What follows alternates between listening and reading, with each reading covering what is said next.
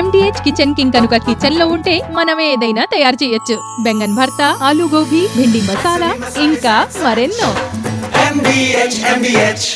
ప్రమాదానికి గురైన air India విమానానికి అంతకు ముందు ఎలాంటి సాంకేతిక సమస్యలు లేవు. ఎందుకంటే అంతకు ముందే 2 జర్నీలను సక్సెస్ఫుల్ గా కంప్లీట్ చేసింది ఆ విమానం. ఫ్లైట్ టేక్ ఆఫ్ లో కూడా ఎలాంటి సమస్య తలెత్తలేదు.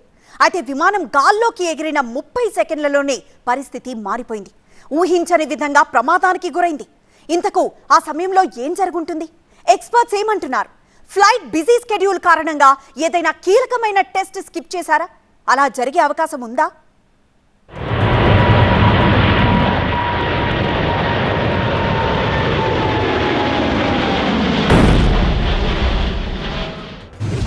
విమానం టేకాఫ్ అవడానికి ముందు పదుల సంఖ్యలో టెస్టులు జరిగినా కూడా అహ్మదాబాద్ లో ఘోర ప్రమాదం ఎలా జరిగింది?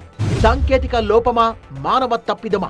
ఇదే అంశంపై Gannavaram international airport director Lakshmikanth రెడ్డితో మాట్లాడింది టీవీ9. ప్రతి విషయం క్షుణ్ణంగా పరిశీలించి అనుమతించాకే ఏ విమానమైనా గాల్లోకి ఎగురుతుందని, దీనిపై అధికారులు గాని పైలట్లు గాని రాజీపడే ప్రశ్నే లేదని స్పష్టం చేశారు లక్ష్మీకాంత్ రెడ్డి.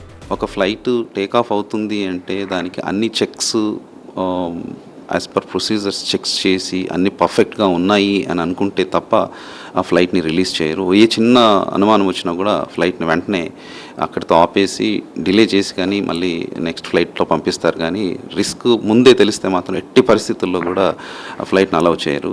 ఈ ఫ్లైట్ సేఫ్టీ పరంగా ఎయిర్పోర్ట్స్ అథారిటీ రోల్ అయితే ఉండదండి. దీంట్లో entire role is with DGCA, director general of civil aviation. They are an independent regulatory agency. They are under Ministry of Civil Aviation directly. So they will strictly follow the procedures and the airlines have to must అంటే ఆ airline ఎటువంటిదైనా కూడా ఆ standards ఉంటేనే వాళ్ళ airline start చేయగలరు, వాళ్ళకి పర్మిషన్లు ఇస్తారు. అలా అంటే ఇబ్బడిగా ఫ్లైట్స్ వస్తున్నాయి, స్టాండర్డ్స్ ఏమైనా తగ్గుతాయంటే అలాంటిది ఏమి ఉండదండి. 2 ఇంజన్లు ఫెయిల్ కావడంతోనే సెకండ్ల వ్యవధిలోనే విమానం కూలిపోయి ఉండొచ్చంటున్నారు ఏవియేషన్ రంగ నిపుణులు. ఇంజన్లకు ఫ్యూయల్ సప్లై సిస్టమ్ డ్యామేజ్ అయి ఉండడం వల్లే సమస్య తలెత్తి ఉండొచ్చని అనుమానం వ్యక్తం చేస్తున్నారు. ఈ ఫ్లైట్ మాత్రము 2 ఇంజన్లు ఫెయిల్ అయినాయి కనుక దానికి ఏమనుకుంటున్నానంటే 2 ఇంజన్లు సాధారణంగా ఎప్పుడు ఫెయిల్ కావు. ఏదో ఫెయిల్ అయితే సిస్టమ్స్ ఫెయిల్ అయితే, లేకపోతే ఒక ఇంజన్ ఫెయిల్ అవుతుంది అట్లా. కానీ 2 ఇంజన్లు ఫెయిల్ అయినాయి అంటే దానికి ఫ్యూయల్ సప్లై పోలేదు. దాని కొరకు ఫ్యూయల్ కంటామినేషన్ కావచ్చు, లేకపోతే ఫ్యూయల్ లైన్స్ ఏదైనా డ్యామేజ్ కావచ్చు, ఫ్యూయల్కు పోయే సిస్టమ్ ఏదైనా ఫెయిల్ కావచ్చు అని అదొకటే మేము అనుకుంటున్నాం అన్నమాట. ఇది అన్నీ ఊహానే. కంప్లీట్ ఇన్వెస్టిగేషన్ తర్వాత మనకి చెప్పుకోదాం. విమానం గాల్లోకి ఎగిరిన 40 సెకండ్లలోపే క్రాష్ కావడం అత్యంత అరుదు అంటున్నారు నిపుణులు.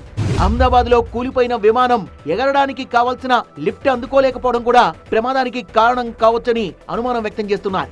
ఫ్లాట్లు, ఫ్లాప్లు సరైన స్థితిలో ఉంటేనే విమానానికి పైకెగిరే లిఫ్ట్ లభిస్తుందని, ఈ ప్రమాదాన్ని గమనిస్తుంటే చివరి క్షణంలో సరిచేయడానికి వీల్లేని సమస్య పైలట్ కు తలెత్తినట్టుగా తెలుస్తోందని చెప్పారు. స్ట్రైట్ ఫార్వర్డ్ ఎదురుగుండా పర్ఫెక్ట్ ఆపోజిట్ డైరెక్షన్లో గాలి వస్తూ ఉంటే అది లిఫ్ట్కి పనిచేస్తుంది. మరి ఎయిర్ కండిషన్స్ ఇలా ఉండి గాలి తాకిడి అదే టైంలో సరైన ఆల్టిట్యూడ్ లేకుండా టర్నింగ్ కనుక తీసుకుంటా ఉంటా, అప్పుడు కనుక ఎయిర్ క్రాస్గా బాడీ కింద నుంచి ఫ్యూజులేజ్ కింద నుంచి రష్ అవుతూ ఉంటే దానికి మళ్ళీ అలా వెళ్తున్న గాలికి ఈ అండర్ క్యారేజ్, ఆ ల్యాండింగ్ గేర్స్ అవన్నీ ఏంటంటే చాలా పెద్ద పెద్ద టైర్లును చాలా భారీగా ఉంటాయి. అవి ఏం చేస్తాయంటే స్మూత్గా వెళ్తున్న గాలిని అడ్డుకోవటం వలన మొత్తం ఎయిర్ క్రాఫ్ట్ అంతా కూడా ఒక రకమైన కుదుపులకి ఆ బ్యాలెన్సింగ్ అనేది పోతుంది. టేకాఫ్ అయిన సెకండ్ల వ్యవధిలోనే సమస్య తలెత్తడం వల్లే ఇంత ఘోర ప్రమాదం జరిగి ఉండొచ్చని చెప్పారు రిటైర్డ్ ఎయిర్ కమాండర్ ఈవి మధుసూదన్ రెడ్డి. విమానం కాస్త హైట్ లోకి వెళ్లిన తర్వాత సమస్య వస్తే చక్కదిద్దడానికి అవకాశం ఉంటుందని, కానీ పైలట్ కు ఆ సమయం లేకపోవడం వల్లే ఈ దుర్ఘటనకు కారణమై ఉండొచ్చని విశ్లేషించారు. It appears that takeoff work everything was normal. After takeoff, when they probably wanted to put the wheels up, పైకి వెళ్ళుండకపోవచ్చు. ఓకే, దాన్ని వెళ్ళుండకపోతే ఎయిర్క్రాఫ్ట్ క్రాష్ అవ్వదు unless until there is a power loss. There are 2 engines which are carrying the aircraft forward. అందులో system actually the whole system is design in such a way, even if 1 engine fail అయిపోయినా కూడా another ఎంజిన్తో you can continue flying. వెళ్ళి మళ్ళీ you can mayday declare చేసి you can come back and land. విమానంలో ఏ సమస్య లేకపోవడం వల్లే సాఫీగా టేకాఫ్ అయిందని, కొద్ది క్షణాల్లోనే పరిస్థితి తలకిందులవడం వల్లే పైలట్ మేడే కాలిచ్చి ఉంటారని అభిప్రాయపడ్డారు మాజీ పైలట్ బాబీ. ప్రమాదానికి గురైన విమానానికి సాంకేతిక సమస్యలు ఉన్నట్టు కూడా ముందు ప్రయాణాల్లో రికార్డ్ కాలేదని గుర్తు చేశారు. ఆ మేడే అంటే ఇమీడియట్ యాక్షన్ ఈజ్ రిక్వైర్డ్. దానికోసమే టేక్ ఆఫ్ కాగానే పైలట్ మేడే అని చెప్పిండు, కానీ బై ద టైం ఏటీసీ దానికి రెస్పాండ్ కాకముందే aircraft was crashed. It has lost this altitude అనమాట, ఆల్టిట్యూడ్. సో ఇప్పుడు ఏమైపోయింది, ఇది మేడే అనేది ఓన్లీ లాస్ట్ మినిట్లో చెప్తారు. So captain was helpless. ప్రమాదంపై పలు వాదనల్ని వినిపిస్తున్నారు ఏవియేషన్ రంగ నిపుణులు.